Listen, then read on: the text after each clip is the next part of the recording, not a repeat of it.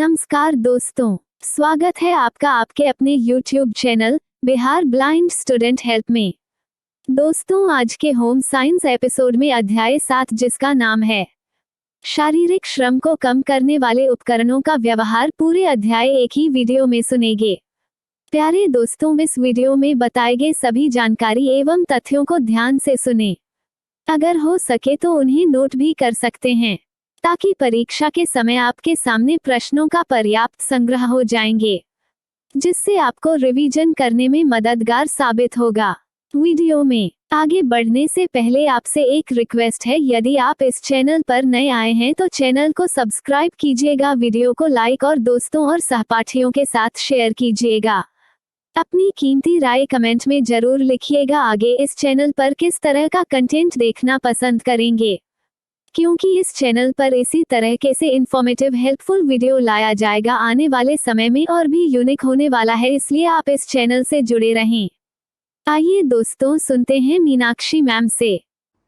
Home science class 10 unit 3 of physiology book, chapter number 7 of unit 3।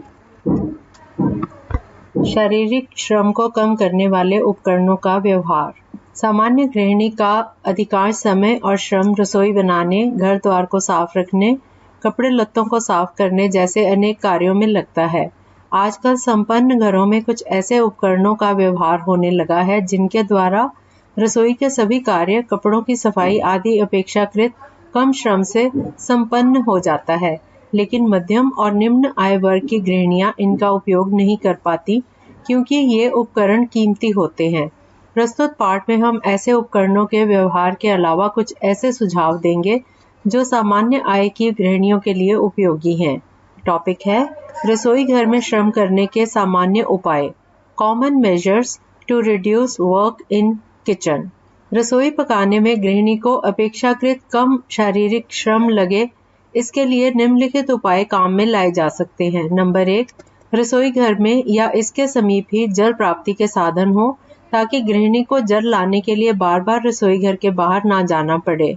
Number 2, प्रत्येक दिन मसाला पीसने में काफी समय और श्रम लगता है, उससे बचाव के लिए उत्तम कोटि के पिसे हुए पाउडर्ड मसालों का व्यवहार करना चाहिए। नंबर 3, खाना पकाने में कई मसालों तथा नमक आदि का व्यवहार होता है। रसोई पकाते समय ये सभी चीजें यथासाध्य हाथ के निकट रखी हों, ताकि गृहिणी को बार बार उठाकर इन्हें लाने के लिए भंडार घर में न जाना पड़े। नंबर 4, रसोई घर के बेकार पदार्थ जैसे तरकारी और फलों के छिलके, डंठल आदि को रखने के लिए एक कचरा पेटी यानी डस्टबिन निकट में रखे हों, ताकि उन्हें फेंकने के लिए गृहिणी को बार बार बाहर ना जाना पड़े।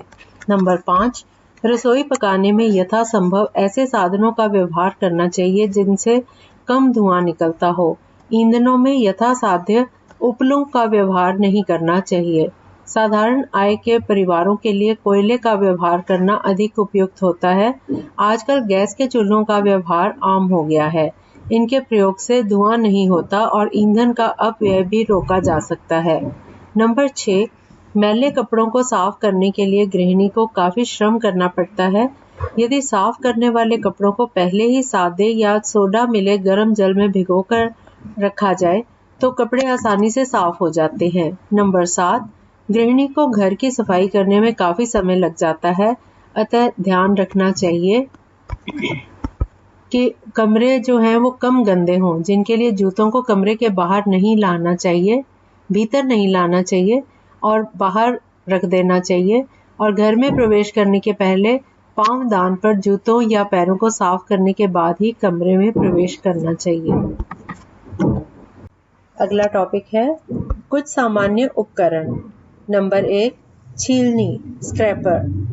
तरोई, खीरा, लौकी, आलू आदि को हंसुए या चाकू से छीलने में काफी समय और श्रम लगता है।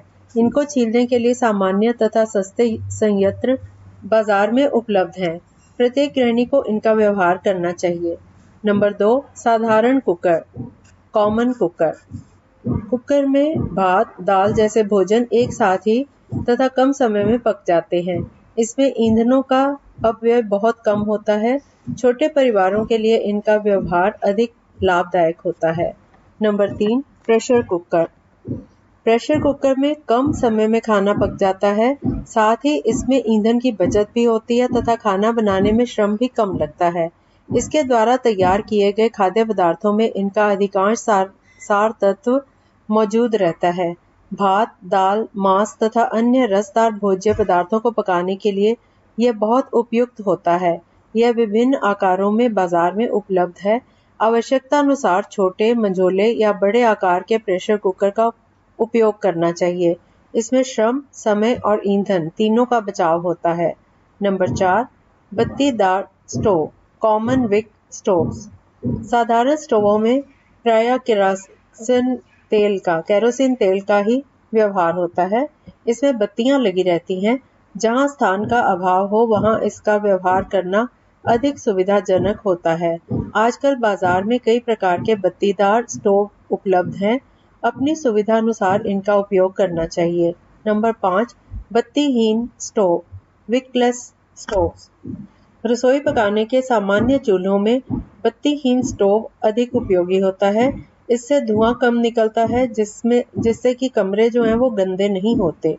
साथ ही इसमें इतनी गर्मी निकलती है कि खाना शीघ्र पक जाता है।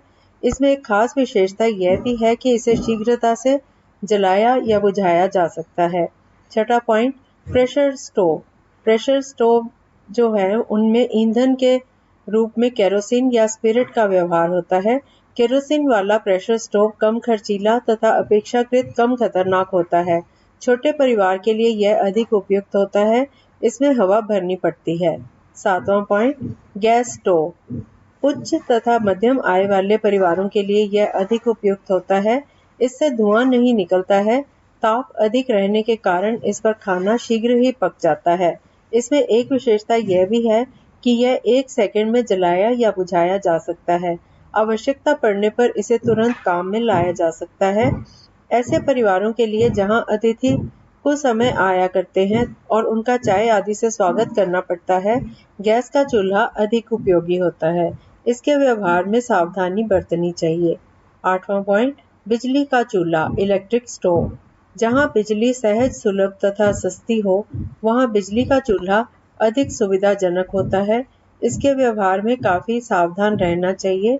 शॉर्ट सर्किट हो जाने पर इससे बिजली का झटका लगता है, जो कभी-कभी जानलेवा भी सिद्ध होता है। अगला पॉइंट नंबर 9, चर्नर। यह मधानी का काम करता है। इसके द्वारा दूध से मलाई आसानी तथा कम परिश्रम से निकाली जाती है। दूध से लस्सी बनाने तथा अंडों को फेंटकर ऑमलेट बनाने जैसे कामों में भी इसका व्यवहार किया जा सकता है। ये कई प्रकार तथा आकार के होते हैं। ये हाथों से या बिजली से चलाए जाते हैं। पॉइंट नंबर 10, बिजली का हीटर, इलेक्ट्रिक हीटर। नहाने धोने तथा चाय आदि के लिए पानी को गर्म करने में इसका व्यवहार होता है। इसके द्वारा जल शीघ्र गर्म हो जाता है। साथ ही इसको चालू करने में कोई विशेष समय नहीं लगता, लेकिन यह खर्चीला है। जहां बिजली सस्ती तथा सहज सुलभ हो वहां इसका व्यवहार होना चाहिए। बिजली के अन्य उपकरणों के समान ही इसके व्यवहार में भी सावधानी बरतनी चाहिए। पॉइंट नंबर 11, बिजली की केतली, इलेक्ट्रिक केटल। चाय, कॉफी आदि बनाने तथा अन्य कामों के लिए जहां कम मात्रा में गर्म जल की जरूरत पड़ती है, वहां बिजली की केतली का व्यवहार अधिक सुविधाजनक होता है। इसके व्यवहार में भी सावधानी बरतनी चाहिए। Point number 12, coffee percolator. यह बिजली द्वारा संचालित एक उपकरण है जिसमें शीघ्रता से अच्छी कॉफी तैयार हो जाती है। प्रायः संपन्न परिवारों तथा अच्छे होटलों में इसका उपयोग होता है। नंबर 13, मिक्सी और क्रशर। मिक्सी पीसने का एक मशीन है। यह बिजली से चलती है। यह छोटे बड़े कई आकार में मिलती है। इसके द्वारा मसाला, चीनी, नमक आदि सहज ही पीसे जाते हैं। इनमें थोड़ा हेर फेर कर भीगी दाल आदि भी पीसी जा सकती है। कुछ फेर बदल कर फलों के रस भी निकाले जा सकते हैं। पॉइंट नंबर 14, सेवई बनाने की मशीन टू मेक सेवई। हाथों से सेवई बनाना काफी श्रम और समय साध्य काम है। सेवई बनाने की मशीन छोटे और बड़े आकार की होती है। छोटी मशीन हाथों और बड़ी मशीन बिजली से चलती है। इससे कम समय तथा श्रम से अधिक सेवई तैयार की जा सकती है। Point number 15, refrigerator. नौकरी पेशा परिवारों में यह एक उपयोगी उपकरण है। यह विद्युत से परिचालित है और इसमें भोज्य पदार्थ लंबे समय तक सुरक्षित रखे जा सकते हैं। इसका प्रयोग वहीं संभव है जहां बिजली सुलभ, सस्ती और लगातार उपलब्ध हो। ताजे फल, सब्जियां इसमें खराब नहीं होती। आवश्यकता पड़ने पर इसमें आइसक्रीम आदि भी जमाई जा सकती है। पॉइंट नंबर 16, कपड़े धोने की मशीन, वॉशिंग मशीन। यह मशीन बिजली से चलती है। इसमें ताप नियंत्रक भी लगा होता है और जिससे कि जल के ताप का नियंत्रण होता रहता है। इसमें जल, साबुन, सोडा आदि के साथ मैले कपड़े डाल दिए जाते हैं। कपड़े अपने आप साफ धुलकर निकलते हैं। इन्हें पखारने और निचोड़ने की आवश्यकता नहीं होती। चूंकि धोने की मशीन बहुत महंगी बिकती है, अतः इसका व्यवहार उच्च वर्ग के लोग ही कर सकते हैं। पॉइंट नंबर 17, बिजली की इस्त्री, इलेक्ट्रिक आयरन। धुले कपड़ों को इस्त्री करने में बिजली की इस्त्री अधिक सुविधाजनक तथा कम श्रम साध्य है। साधारण इस्त्री के व्यवहार में कोयले की अंगीठी की जरूरत पड़ती है। इसे सुलगाने में काफी समय लगता है। साथ ही इस्त्री के ताप का नियंत्रण भी नहीं हो सकता, जिससे प्रायः कपड़े जल जाते हैं। बिजली की इस्त्री में ताप नियंत्रक भी लगा रहता है। इसके द्वारा सूती, रेशमी और ऊनी कपड़ों को आसानी से इस्त्री किया जा सकता है। Point number 18, vacuum cleaner.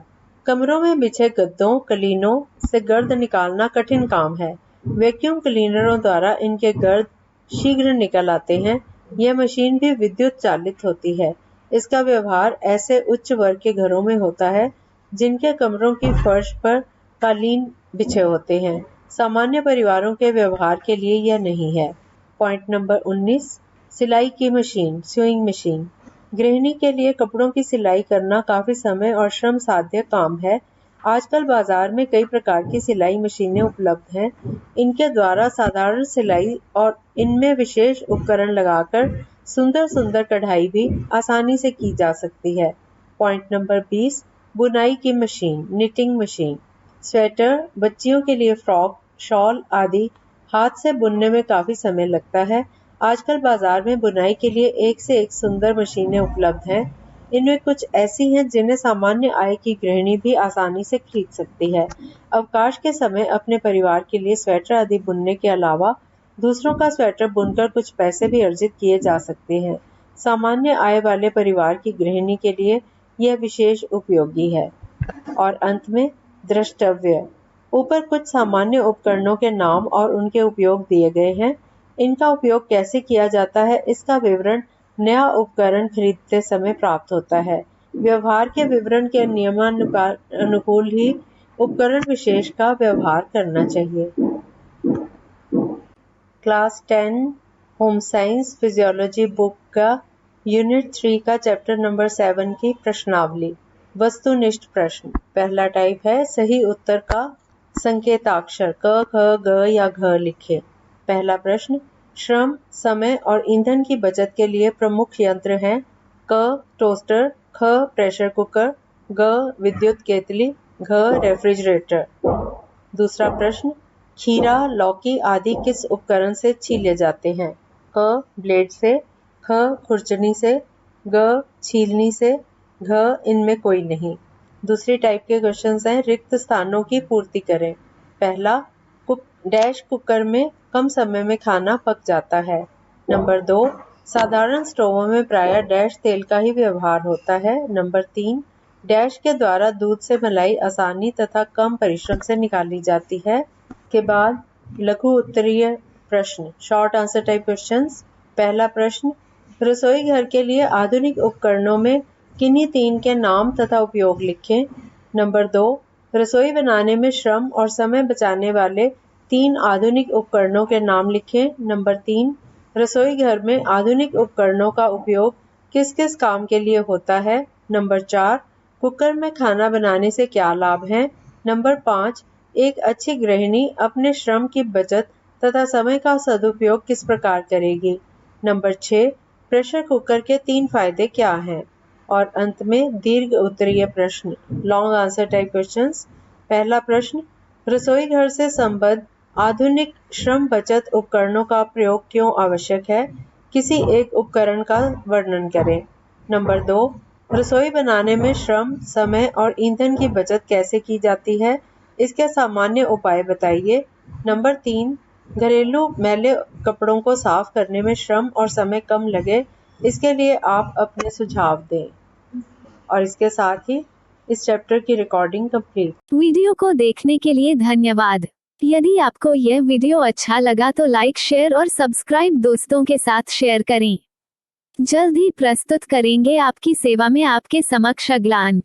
तब तक अपना ध्यान रखिए, मन लगाकर पढ़ाई कीजिए। धन्यवाद।